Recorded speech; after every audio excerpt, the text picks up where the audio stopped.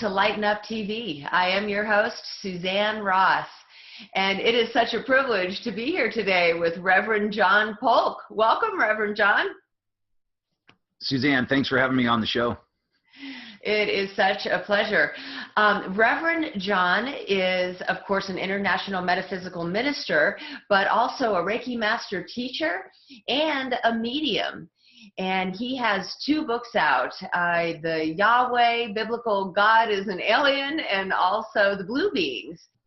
I connected with Reverend John Polk because I came across his book, Yahweh, the Biblical God is an Alien, at a bookstore in Sedona.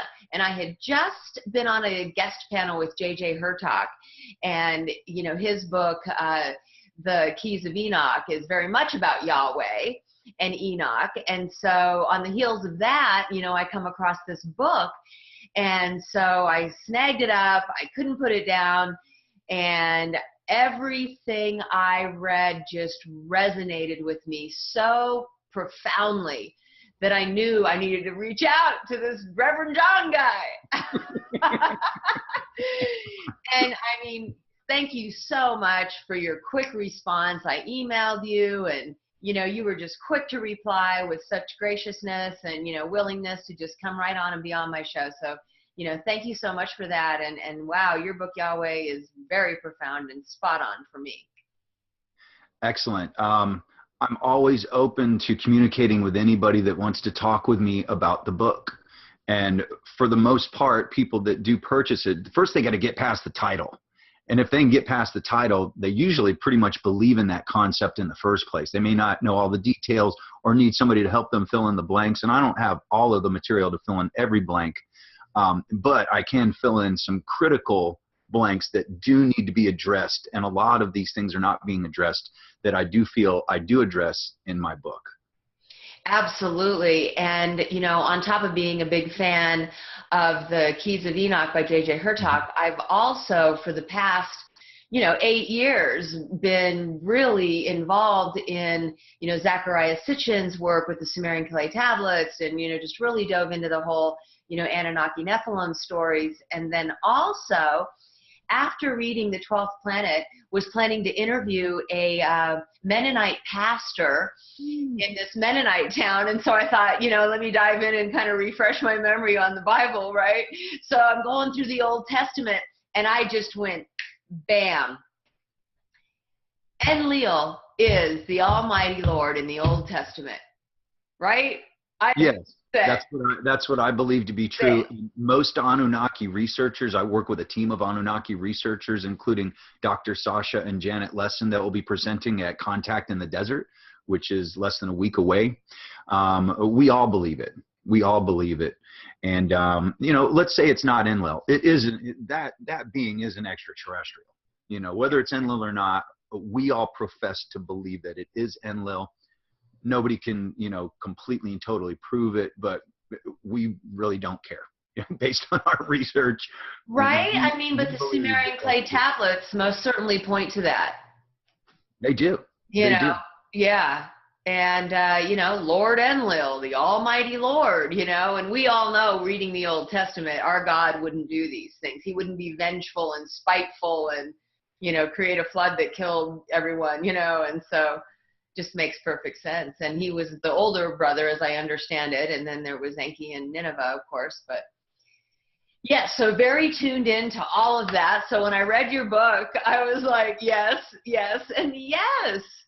We have alien creator gods who have the power to create worlds, and as such, to program the beings inhabiting them. Oh, absolutely. So this gentleman, his name's Jonathan. He came across my book. He lives up in Chicago, and it resonated with him very well. I'm 47. He's probably 10 years younger than me.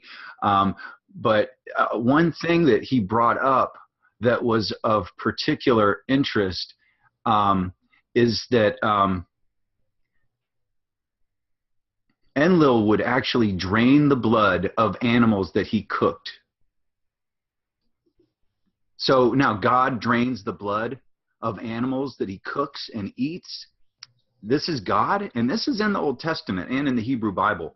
why would God, number one, have to kill an animal, eat an animal, but why would he drain the blood? And I'll tell you why. Because the Draco reptilians like their meat bloody. The Anunnaki do not. So they actually eat food, as ascended masters as they are. They still eat food. They eat food, they eat meat, they eat vegetables, they eat animals. They're omnivores, which you would never think that God would eat food. Well, God in the Bible ate food, but he would first drain the blood out of the animal before he would even cook it. Right? And another thing that struck me was like, God goes searching for Adam and Eve in the garden. You know, you're like, God wouldn't have to look for Adam and Eve. No, he would know exactly where they are. Right. And he made them. You know, you'd think he'd know where he put them. Right. Yes. And then so I got to thinking, you know, well, I kind of thought the Keys of Enoch was saying like Yahweh was the Hebrew God. So are they like worshiping Yahweh as God? And then I made up with Fred Rusher, who works very closely with the Hurtocks and has for 40 years. And he said, Suzanne, no, he's the creator God of our local universe. That's what JJ is saying. And I went, bam. Wow, okay. But you heard what you just said. Not just Earth, but the universe. The local universe. The local universe. Yeah. And so that plays into my theory, among other theories, completely, that this little blue dot in our solar system in the Milky Way galaxy is not unique in any way whatsoever. This whole human creation story is going on a multitude of different planets all throughout the omniverse. So not just the universe, but every universe, which implies not just a multiverse, but an omniverse, which is every verse. So imagine this, you're in a space-time vehicle, you leave Earth, you go to 1975. Do you land on this planet in this physical location in our solar system, or do you end up in a different space timeline continuum on another Earth in another dimension? And what I believe, it's both, because I believe that the dimensions are right on top of each other, that we just don't vibrate at a certain frequency to be able to access them unless you know how to vibrate at a certain frequency to access these extra dimensional realms. And that's something that I've learned to do and that I can actually teach people how to do.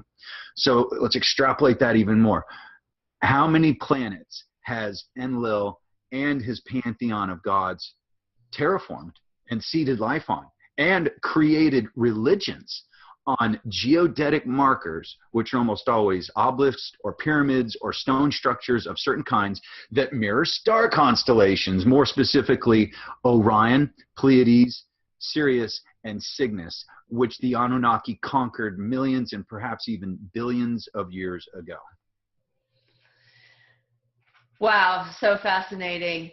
I am proposing to Paramount Studios to do a show called Supernatural Adventures Around the Globe and Into the Cosmos. So they want to know, like, what are the places you would want to go in? And a season is 13 shows.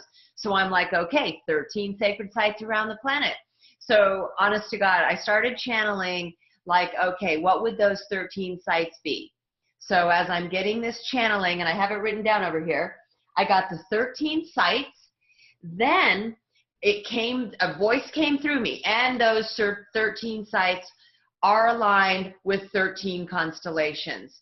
So then I went and I looked up constellations, and I pegged on 13 of them. I lined up the 13 sacred sites with the 13 constellations, took my pendulum, and my pendulum showed me what site was aligned with what constellation. And I did that for all 13, so you know, that'll be the theme for that season, you know, of the show. And hopefully I can go to those places live. I mean, that's the intention. But yes, as above, so below is the theme. And I certainly do believe, yes, that, you know, that holds very true.